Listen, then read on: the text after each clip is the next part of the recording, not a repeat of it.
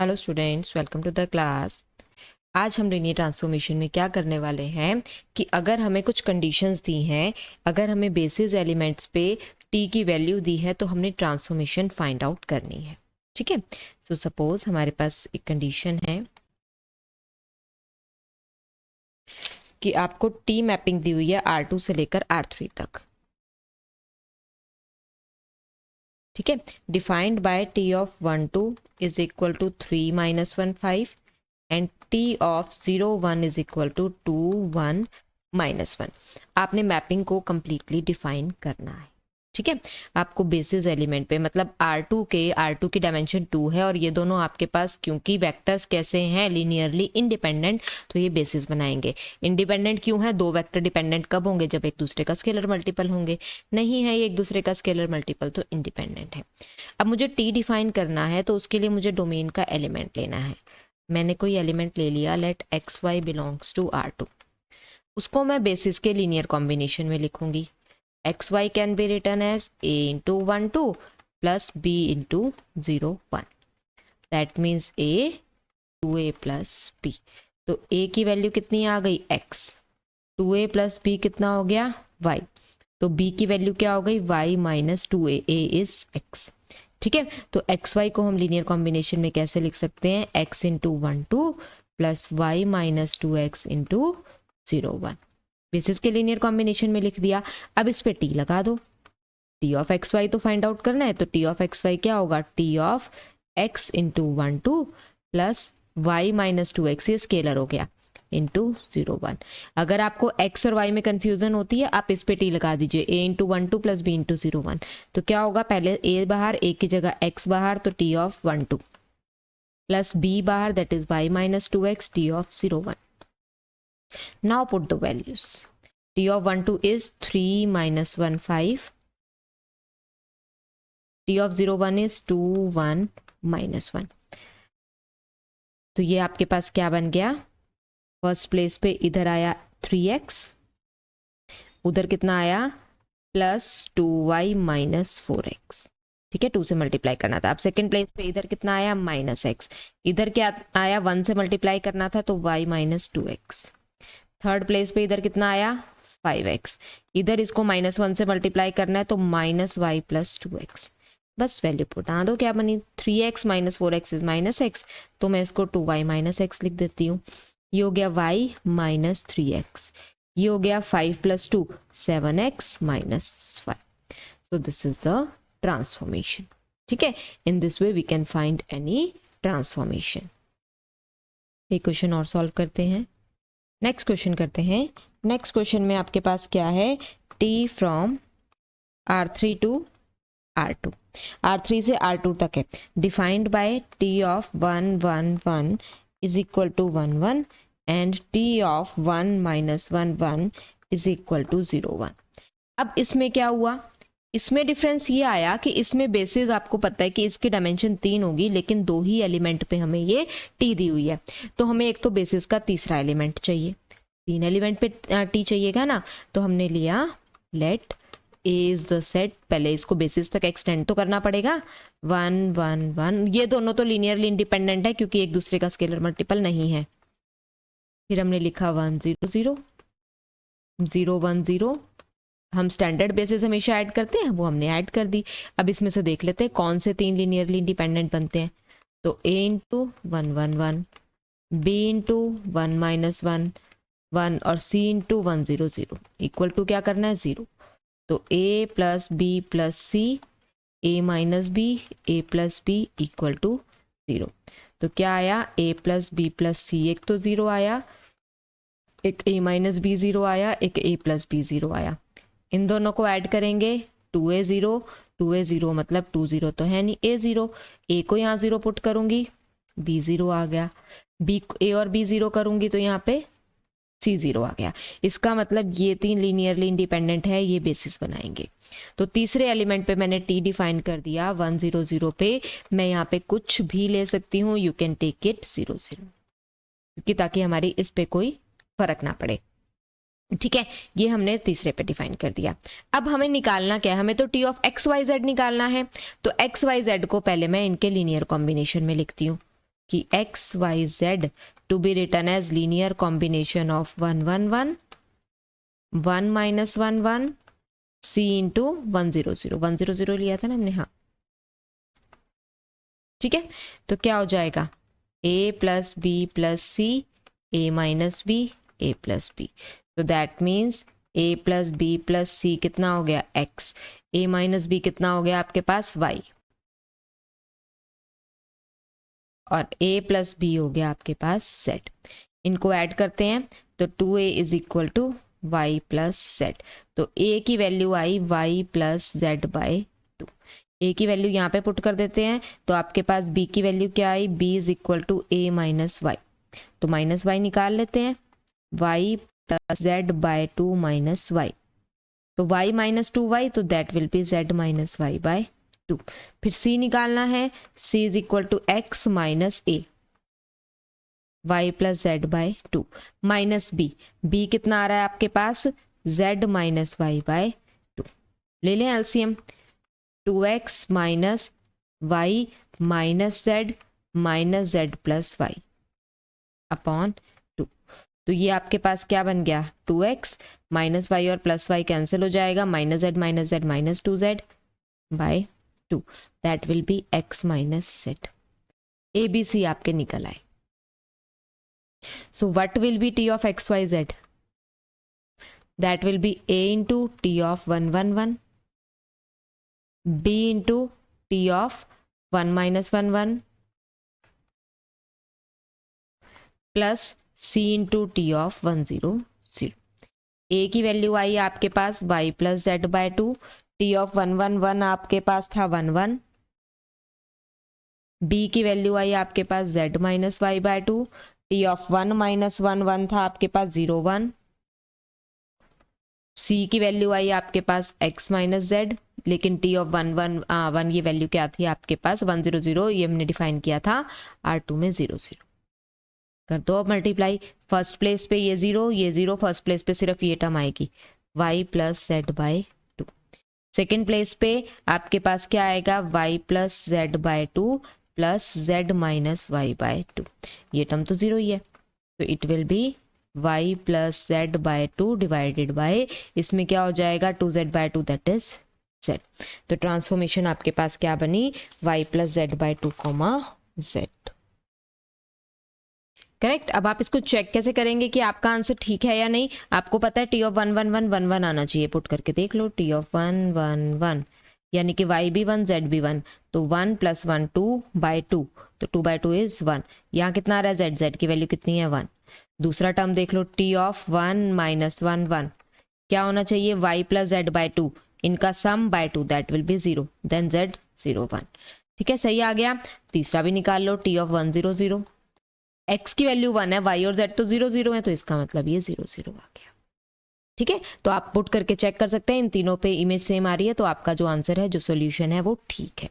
यहाँ पर आप बेसिस में डिफरेंट एलिमेंट लेंगे तो आपकी जो मैपिंग है दैट में बी डिफरेंट। ठीक, बेसिस के एलिमेंट्स कम दिए होंगे तो आप क्या कर सकते हैं, बेसिस को एक्सटेंड कर सकते हैं। वो हमने ऑलरेडी एक्सटेंशन थ्योरम में पढ़ा है कि कैसे एक्सटेंड करना है। स्टैंडर्ड बेसिस डालिए, उसमें से जितने वेक्टर हमें चाहिए, उसमें से जितने लीनियरली इंडिपेंडेंट होते हैं वो उठा लीजिए। ठीक है, अब एक चीज और लास्ट बताती हूं, that is using matrix. Matrix के लिए हम क्या करेंगे, अगर हमें मैट्रिक्स की फॉर्म में दिया, तीन ही फॉर्म के क्वेश्चंस आते हैं कि टी ट्रांसफॉर्मेशन है R3 to R3 such that T of x is equal to ax। Definitely वो इसी तरह की ट्रांसफॉर्मेशन आती है। ए मैट्रिक्स हमें दी हुई है इस केस में 1 1 1 1 2 3 2 5 3 1 1 1 1 2 3 2 5 3। हमें एक तो ट्रांसफॉर्मेशन निकालनी है, ट्रांसफॉर्मेशन में आपको निकाल कर बताऊंगी क्या है। दूसरी बात हमें निकालनी है इमेज ऑफ 205, यानी टी ऑफ 205 निकालना है। दूसरा आपने निकालना है inverse image of 205, that means vector x such that tx is equal to 205। ठीक है, इसी 205 की प्रीवियस इमेज निकालनी है। पहले ट्रांसफॉर्मेशन बताती हूँ हम कैसे निकालते हैं। ट्रांसफॉर्मेशन निकालने के लिए हम क्या करते हैं कि हमें क्या निकालना है, टी ऑफ x। x हो गया आपके पास x1 x2 x3, that will B, हम कहते हैं इसे y1 y2 y3। लेकिन tx निकलेगा कैसे? ax is equal to y आएगा, मुझे y निकालना है तो y क्या है आपके पास? Factor y1 y2 y3। निकलेगा कैसे ये? a से मल्टीप्लाई करके 1 1 1 1 2 3 2 5 3 इंटू x1 x2 x3 कर दीजिए multiply. First row first column x1 plus x2 plus 2x3, second column x1 plus 2x2 plus 5x3, then third column x1 plus 3x2 plus 3x3। ठीक है, तो इसका मतलब transformation क्या बनी आपके पास? t of x1 x2 x3 is, first vector will be x1 plus x2 plus 2x3, x1 plus 2x2 plus 5x3, x1 plus 3x2 plus 3x3। ठीक है, अब क्या निकालना है? t of 205। वैल्यू पुट कर लेते हैं। ये 2 यहाँ पे आएगा, x1 की जगह 2, x3 की जगह 5, 5 2 10 प्लस 2 12, x1 की जगह 2 है, x3 की जगह 5 है, 5 5 25 और 2 27, x1 की जगह 2 है, x3 की जगह 5 है, बीच में 0 है, 0 तो 0 ही हो जाएगा, 5 3 15 और 2 17। तो इमेज आपके पास बन गई 12 27 एंड 17। अगर आपको ट्रांसफॉर्मेशन ना निकालनी हो, ये टर्म नहीं निकालनी है, आपको डायरेक्ट इमेज निकालनी है, तो आप डायरेक्ट x1 x2 x3 की जगह 205 पुट कर सकते हैं। आपके पास इनवर्स इमेज, आपके पास इमेज आ जाएगी 205 की। Now what to do to find the inverse image? आपको 205 की इनवर्स इमेज निकालनी है। तो हमें पता है कि अगर हम y निकाल रहे हैं, y is equal to T of x है, दैट इज ax है। अगर मुझे x निकालना होगा, a जो होनी चाहिए वो इन्वर्टिबल होनी चाहिए, that will be a inverse y। तो मुझे क्या निकालना है? सबसे पहले a का इनवर्स। तो what will B determinant of a? 1 1 1। क्या था नेक्स्ट? 1 2 3 2 5 3। ठीक है, first row first column, 3 2 6 minus 5 3 15, फिर -1। इसके साथ क्या आएगा? ये हटा दिया, ये हटा दिया, 3 1 3 माइनस 3 2 6, फिर +1। इसके साथ क्या आएगा? ये रो हटाऊंगी तो 5 1 5 माइनस 2 2 4। ठीक है, तो 1, इसके साथ क्या आया? -9, -1 के साथ कितना आया? 3 6 -3 +1, 5 -4 इज 1, तो ये कितना हो गया? -9 +3 +1, तो 3 + 1 4, 4 - 9 इज -5। करेक्ट। तो determinant a not equal to 0 है, a इन्वर्टेड है, तो हम इसको लिख देते हैं पहले नॉट इक्वल टू 0। देन हमें क्या निकालना है? Adjoint of a।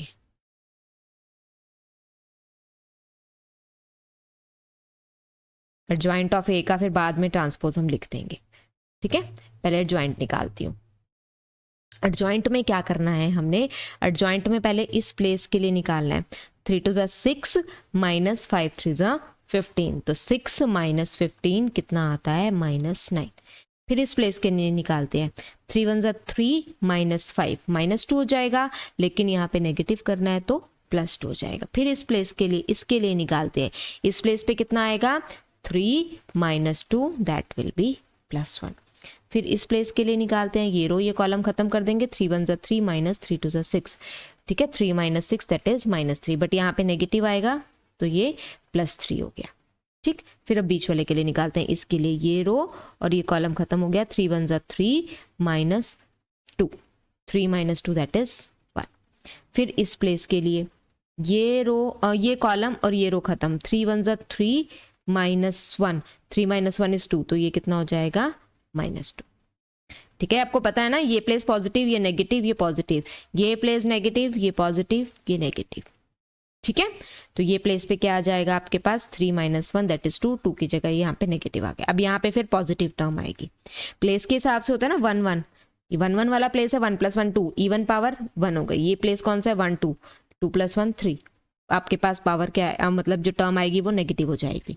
ठीक, इसी तरीके से ये टर्म निकलती है। ये प्लेस कौन सा है 1 3, तो इसका मतलब आपके पास sorry third row first column 3 1, तो यहाँ पे आपके पास प्लस वाली आएगी। तो ये रो हटानी है, ये वाला कॉलम हटाना है, तो 5 -4 1 होता है।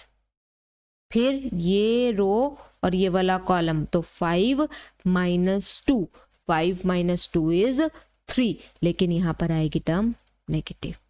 ठीक, फिर अब ये थर्ड रो थर्ड कॉलम, तो 2 -1 +1। तो एडजॉइंट का हमने क्या निकालना है, एडजॉइंट का ट्रांसपोज निकालना है और डिटर्मिनेंट से डिवाइड करना है। तो डिटर्मिनेंट कितना आया -5, तो ए इनवर्स कितना आ जाएगा -1/5, और मैट्रिक्स क्या आएगी -9 2 1 3 1 -2 1 -3 1।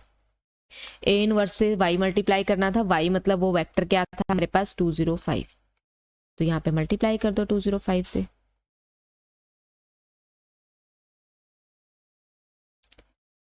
तो क्या बना, first row first column -18 +5, second row first column 2 2 ज़ा 4 -5 3 ज़ा 15, थर्ड रो फर्स्ट कॉलम 2 + 5।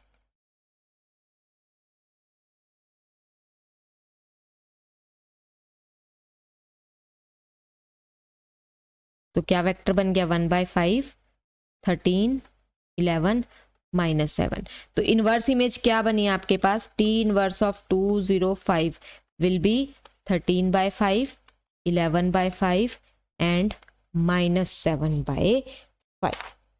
ठीक है, तो इमेज विल बी 13/5 11/5 एंड -7/5। पहली इमेज आ रही थी 12 27 एंड 70।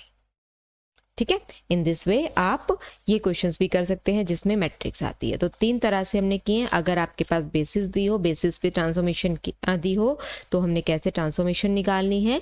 दूसरा, अगर बेसिस के कम एलिमेंट्स पे दी है, किसी और पे कोई कम एलिमेंट्स है, सपोज 3 डायमेंशन का स्पेस है, 2 एलिमेंट्स पे दी है, तो थर्ड वेक्टर हम ऐड करते हैं, बेसिस बनाते हैं, उस थर्ड वेक्टर पे हम उसकी इमेज क्या ले लेते हैं, 0 ले लेते हैं। और ये हमारे पास कौन सा क्वेश्चन था जिसमें हमने मैट्रिक्स से ट्रांसफॉर्मेशन को डिफाइन किया है। विद दिस आपका जो लीनियर ट्रांसफॉर्मेशन का बेसिक है that is complete. Next lecture में हम आगे इसको रैंक एंड नलिटी पढ़ेंगे। Thank you.